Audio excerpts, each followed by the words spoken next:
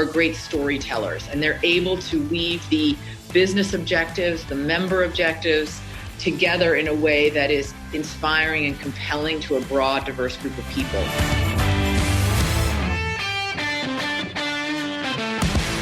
Welcome to episode 248 of the industry's leading business podcast for fitness owners and managers. We'd like to thank this month's premier podcast partner. Team Rockstar Fit is the award-winning mastermind group for women in fitness to expand their careers online in partnership with Beachbody. Don't get left behind in the industry. Get support, get online, and get ahead. Visit teamrockstarfit.com to schedule your free strategy session.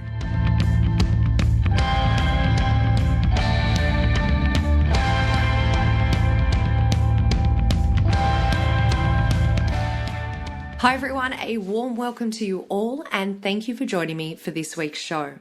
My special guest this week is Francesca Schuler, the Chief Executive Officer at InShape Health Clubs, a California-based chain of over 65 full-services health clubs. Prior to her role as CMO and then COO at InShape, Francesca held executive positions at BevMo, Treasury Wine Estates Americas, Method Products, Inc., and The Gap. During this week's show, I chat to Francesca about the qualities that great managers and great leaders should possess, career pathways that have been created for team members at InShape, tips on how to inspire employees to stay with your business. Francesca shares the ways that she and her team invest in professional development, and she leaves us with tips for building a career pathway for your team. Now, one other very significant thing that you should know about Francesca is that earlier this year, she was named by IHRSA as the 2019 Woman Leader of the Year in honor of Julie Main. And for those of you who are based in the USA, the IHRSA Women's Leadership Summit, which is hosted by Athletic Business, will be held this year on Thursday, November the 14th in Orlando, Florida. If you'd like to know more about those events, I've added links to the Athletic Business Show and the IHRSA Women's Leadership Summit in today's show notes. We're about to transition into my interview with Francesca, but first, thank you to our podcast partner, Team Rockstar Fit. Trina Gray was named the Idea Fitness Leader of the Year for her trailblazing work in the industry. She founded an online mastermind group called Team Rockstar Fit to help women in fitness earn more income, have positive support, and enjoy more time freedom. To find out more, visit teamrockstarfit.com.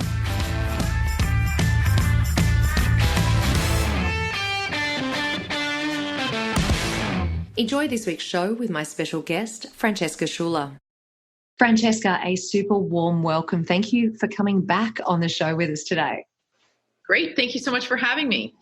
Now, I recall the first time that we met, we had this super conversation which inspired me from the minute that I met you. And I remember at that time that you mentioned to me how important it was for you to create these career pathways for your team at InShape.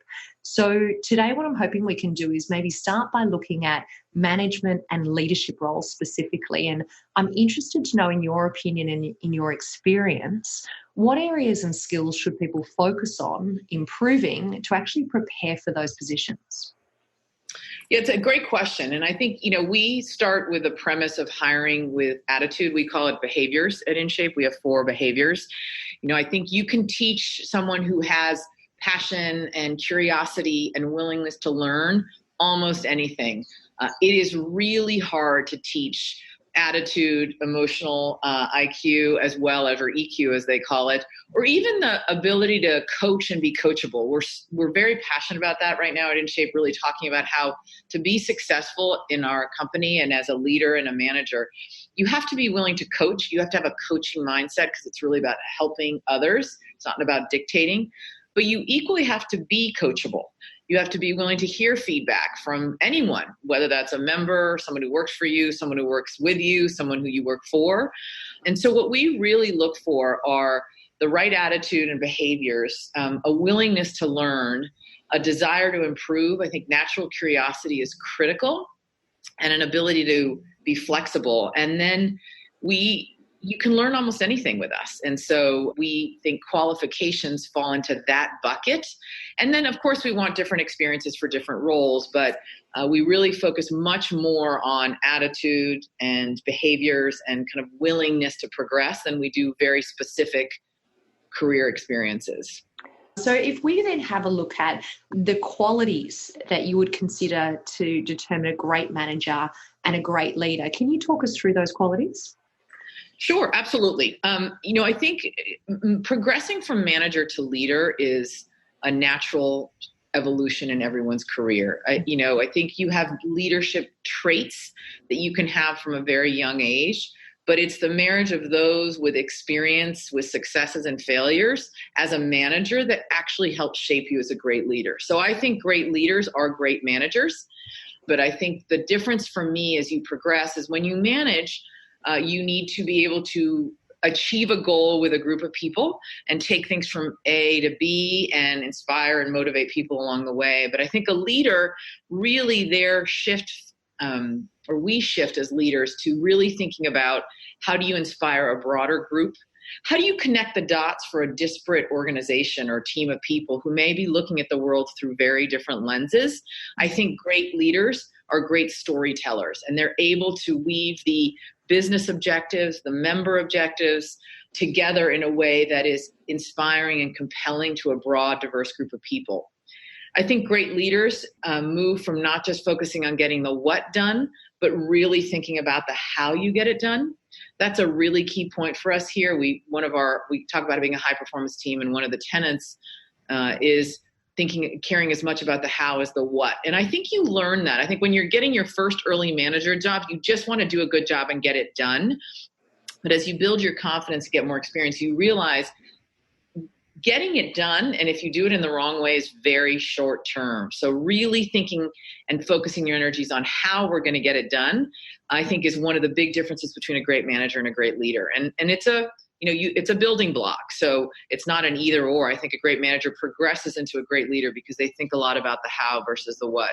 I also think great leaders are great listeners. That's one skill that I think everyone says they could always work on more. I definitely could and always will probably. But I think moving from manager to leader, you realize the value and the power of listening to the little things and the big things, because that then gives you the inspiration and the ability to craft that story that I mentioned, to rally an organization around a goal or a series of goals and to get it done together. It's interesting that you mentioned listening, because I actually had Sean Stewart on the show just a couple of weeks ago, and he talked about the difference between active listening, which I believe many of us learn early on in our career, versus empathic listening. And it was the first time that I actually sort of dove into that subject, and I thought it was really fascinating to understand the differences. So if anyone missed that episode, perhaps jump back and check out episode 244, because there might be a few extra things that when it comes to listening and learning and learning from your team and those around you, there's some great tips that Sean shared in that episode about empathic listening for anyone that wants to check that out. Now, Francesca, right at the very beginning, I mentioned that one of our first conversations was in regards to your passion about creating career pathways. So I'd love you to talk us through what type of career pathways you've actually implemented at InShape. So the way we started thinking about career pathways was first, what's the team experience that we want to have from the moment you join to hopefully, you stay with us. We recently had a employee just retired, been with us for a long time, and how you start and how you end with us. We want to make sure the journey is very thoughtful. And part of that's being very thoughtful about development, which leads to career pathways. So we've done a couple things. One is we've been created something which we call the formula for success, which is really the guidelines for, how you're successful. And they are different at different levels. Obviously, as you progress, what's expected is different. We have a version for a team member versus a team leader. We call it team player and team leader, because again, as you progress to managing people, what you need to do is different. But there are some core elements of the formula for success that are the same across every level. And it's about leading and developing people, the member experience, operational excellence, and results. And having a framework like that we can all use as a common language, the formula for success, was a key foundational piece. to then thinking about how do we develop careers? How do we help people think about different careers? And we've really, through a lot of work over the last couple of years, really mapped the ability for someone to start as, a housekeeper or a welcome desk lead, or working in our kids club, or working in our support center and member services. And what are the skills that you need in your formula for success to develop, to progress, and how do we help you get there? So we've really mapped them out and shared them very broadly through the organization. We've also been very clear about scope. One of the things I think in career progression that where a lot of people stumble is they're promoted too quickly, whether that's in level or in scope. And we've been very thoughtful about how you progress through our different types of clubs, or how you progress through different functions in the organization, to make sure that your scope is one that challenges you but doesn't overwhelm you, so that you do progress. I think the other thing we've done is really think about career pathways. Back to my earlier point, if you just have the shared sort of attitude and behaviors, be open to opportunities that may be something you've never thought about. And to me, that's the most exciting thing about being a leader. But we have countless examples over the last few years where we've taken someone and offered them an opportunity, and they've literally looked at me like I've, talking to them about going to Mars. And I'm like, just trust me. I've seen your passion in this area. Let's grow that. So for example, moving from a area manager position into our leadership and development group, or from a regional director position into running facilities, or someone who is a general manager into personal training and saying, look, actually, we think that's a place that you'd be happier. So it's a combination of a structured framework, structured pathways, as well as really hiring leaders who can see people's talent, not just in a literal way, like, oh, they're a general manager, but no, like, what are their real skills, and where do we need those skills, and how could we have them grow and help us as a company in potentially an area they'd never even thought about before. Francesca, I hope you don't mind me sharing this with the listeners today, but something that just really hit me this morning, which I thought was so special, was you actually emailed me and said, hey, Chantal, is it okay if we push the interview back half an hour? Because I want to be there to say farewell to one of our team members. And when you got on the line this morning, you said to me, I feel like it's really important to make sure that, you say the farewell properly, which I thought was absolutely beautiful and very, very special. Now, you've just talked us through those career pathways and some of the systems that you implement there. What about it when it comes to longevity of people staying with you? Are there any tips or advice that you give us around how you actually inspire team members to stay with the business for a long time? Yeah, absolutely. A couple things. I think one is, I'm really honest with our team. I'm like, look, we can provide opportunities and help you develop, but there may come a day you want to go try something else, and that's okay.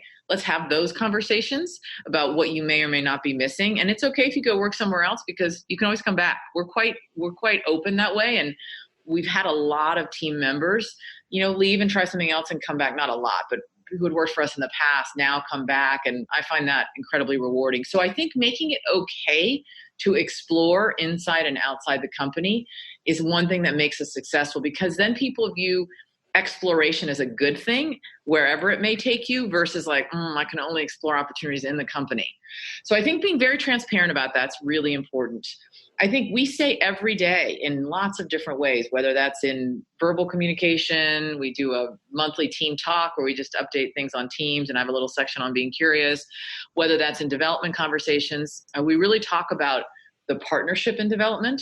And I think empowering our team members to feel part of that journey, versus I've worked for companies where it's a black box. It's like, how do I get promoted, and how do they make the decisions, and what are they doing, and how do I get there? And you never really know. We're very transparent and we're very open. And like I said, back to that formula for success and regular development conversations. But we are also very clear that your development is as much your responsibility as our responsibility. So it's a two-way street, and the magic is in that partnership. I literally at our company huddle this morning, I just had this conversation where we're about to go into kind of mid-year development conversations. And I encouraged everyone to really own it, because it's your moment. And I always tell people, brag about what you did. That's good. Because no one knows what you did more than you, but also make sure you're humble and understand where you need to go and where you need help. And if you come to the table with that, and your manager comes to the table with the same lens of what you've done well and how they can help you, really the possibilities are endless, in my opinion, of how you can develop. I'm really glad that you touched on that point at the beginning, Francesca, when you mentioned about having that transparency and that openness about, do opportunities exist within the current business versus maybe there's opportunities external to the business? Because I know personally I've had some very good experiences, but also some very bad experiences when moving on from a role. And I have a very strong feeling that I think that a great leader is someone that, appreciates the time that you've been with the company, and perhaps if you are leaving that company, they say to you, thank you so much for the time that we've been together. If the employee is wonderful, then, I hope we have the opportunity to work together again. And just in the way that we should with our members, be grateful for that time that they spend with us and hope that you leave the door open, for them to come back again. Whereas I know I've had the complete opposite as well when leaving a role where there's just been bitterness and anger from the leader or the company or the organization moving into a different role. What's your thoughts around that? You're obviously, with the transparency, it's something that you support a good transition for employees. 100%. I've had the same experience you have in my past, good and bad, where you leave a company, it's almost like your persona non grata. Mm-hmm. We are completely different at InShape and feel very strongly. We say all the time, how you say hello or how you say goodbye is as important as how you say hello. And we take time to celebrate. We have people who've gone to competitors, and we celebrate them equally when they move on as we do someone who's retiring, obviously assuming everyone's leaving, for under good terms, as it were. Yeah. And we say, welcome back. I mean, I'm currently on my team, just on my direct reports, have 2 or 3 people who I've worked with in multiple roles in the past. And your life is a journey, and sometimes going to get an experience somewhere else is great.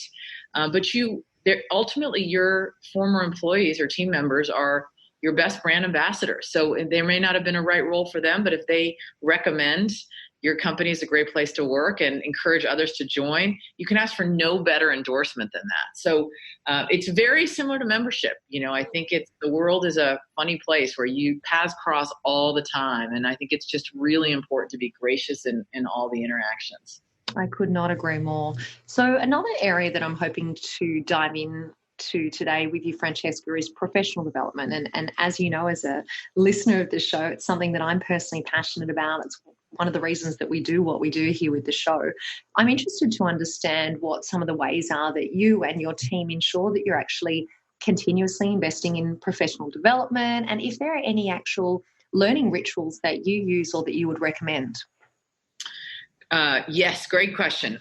So a couple things. I think one of our stated company behaviors is be curious. And we intentionally did that because I think there's often a perception that development has to be, they sent me to this class, or we had 10 guest speakers, or, I got to go to a business school. And development happens in little things and in big things. So being curious, we model that behavior every day. And that's everything from shopping a competitor. We've done what I call idea safaris, where we've taken a team and shopped other categories completely, thinking about hospitality or thinking about experience or thinking about,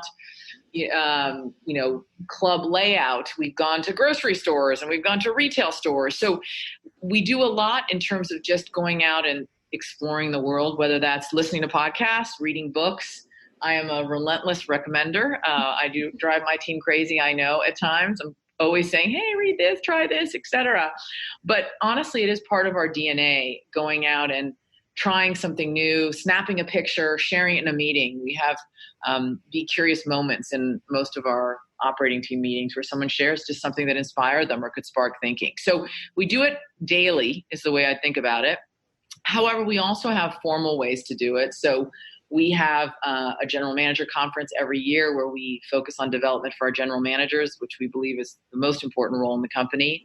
We have quarterly, what we call them one team meetings, where our field leadership comes in and our support center leadership team comes together and we talk about business. We always have a kind of be curious topic, and I'm really trying to always have an outside speaker, ideally from outside and inside the industry.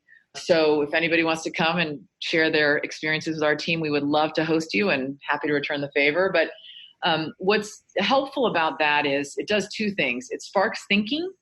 It helps people to learn. Often we hand out a book as part of it, but it also helps people refine their leadership style. When you see somebody from another category share their narrative of how they progressed their career and what they learned and what were their challenges and how they became a leader, that can, one or two people in the audience can all of a sudden be like, oh my God, that's me. And it helps them find like, oh, so I could do that too. So again, we do it in little daily kind of what we call be curious ways inside and outside the company. We do formal education and training, and then we definitely try to bring outside in experience and have people share their journeys with us and learn from them. Thank you so much for sharing that, Francesca. I love those ideas, and I particularly love your idea safari, going outside of the four walls of the facility and taking a look at like different environments. I just feel like we can learn so much from that, in addition to learning from people outside our environment. So thank you for sharing those. So let's wrap up today's interview with our Fit Inspiration. And today, would you mind leaving us with your 3 tips for building a career path for employees within their business? Absolutely. So first and foremost, know your business. I am continually amazed how many people work in companies and in roles and don't understand the drivers of their business. So know your P&L, no matter what your job is, understand what the drivers are to deliver growth, and understand what the company priorities are. So that is first and foremost, because if you don't know where you're headed and why, it's really hard to be successful. I think the second is be a member and team member centric. So walk in other people's shoes a lot. Often friction occurs in the workplace because you're just not thinking about things from other people's perspective, whether that's a member friction point, a consumer friction point, or an interaction with a team member. So take that mindset of walking in other people's shoes and kind of assuming goodwill. If I could, again, would be advice I would give my younger self for sure. But we have everybody work in the clubs all the time, no matter what your role is. And really that idea of putting yourself in somebody else's shoes, a member or team member, has been very powerful for building a career path. And then in our industry in fitness, I would say be passionate about the role that fitness plays in people's lives. Don't just be passionate about fitness. And I do think this is actually a really important point that people should reflect upon in our industry. What's been interesting to me is how many people join the industry because they themselves are passionate about fitness. It changed their life. It did something for them, which is fantastic. But then they can often project their fitness journey on those around them. So, wow, you're a little overweight. You can't be as into fitness as I am, or you can't run as fast or participate in a Spartan or whatever it is. And really, success in our industry is about being passionate about the role fitness can play in anyone's life. And our job in this industry is to figure out how to make fitness part of everyone's life, and everyone's journey is different. So I would just, we talk about being passionate about fitness as one of our core behaviors, but what we mean by that is be passionate about the role it plays in people's life, not just what it's done for you, because there is a difference. And our job, if we work and are lucky enough to work in this industry, is to help fitness be part of more and more people's lives, to give them the confidence to do whatever they want to do. And I think having that lens, that difference, is quite important. So those would be my 3 tips. That is a beautiful perspective to finish up on today, Francesca. Thank you so much for taking the time. I know how busy your schedule is, and we are truly, truly grateful for you coming on and sharing your wonderful experience with all of us here on the show. As you were speaking just then, I had a book pop into my mind, which I'm going to send you. I don't know if you've read it or not. It is called Why Motivating People Doesn't Work and What Does. And it was written by Susan Fowler. Have you heard of that book before? I have heard of it. I have not read it. So okay. I really just thinking about what you just said, there's a few things in there that she talks about that I think you will absolutely love to read about. So I'll send you through the link to that book. But we are super grateful for you taking the time and joining us on the show once again. Thank you so much, Francesca. Thank you, Chantal, and we'll hope to see you in our clubs, and would love to host anyone to come visit and share learnings, because we're all just trying to get better every day. So really appreciate you giving me the opportunity. And again, thank you for what you guys do, because you definitely help all of us progress in our roles with your podcast. So thank you for that. Tribe, if you haven't explored a functional training space for your gym, then now is the time.